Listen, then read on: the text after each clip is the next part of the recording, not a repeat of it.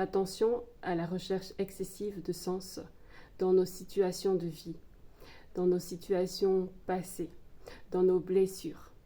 À trop chercher du sens, on s'éloigne justement de cette possibilité que l'on a de changer, de passer à autre chose, de clôturer une situation, de penser la faille de cette blessure-là. Alors, trouver du sens, c'est bien, ça nous aide. Le sens, ça nous permet d'apporter une compréhension sur un événement que l'on a vécu. Ça nous permet de nous rediriger aussi dans notre vie, parce qu'à force de rester bloqué sur une situation, bloqué sur un événement, mentalement, émotionnellement, on tourne en rond. Et donc, donner du sens, trouver, poser du sens, c'est aussi se remettre en mouvement. C'est s'autoriser à se remettre en mouvement.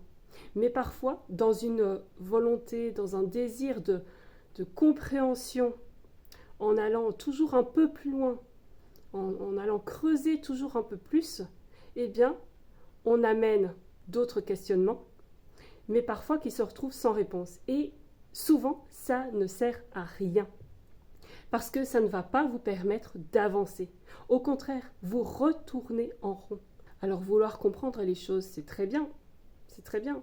Mais quand on s'en sert pour justifier, par exemple, un non-avancement ou des situations récurrentes, des situations qui perdurent, pour les justifier, pour justifier que mais c'est parce que je n'ai pas encore mis le doigt sur ce truc-là, sur l'origine de ce blocage, sur l'origine de cette situation-là, qui fait qu'on s'en sert comme justification à notre inertie. Et donc là, ça va pas. Ça va pas parce que ça ne nous aide pas. Ça ne nous permet pas d'avancer. Alors trouver du sens, c'est très bien. Poser du sens sur une situation, sur un événement vécu, c'est très bien. Ça nous permet de nous remettre en mouvement. Mais n'essayons pas de trouver du sens au-delà du sens. Parce que sinon, ça perdra en cohérence.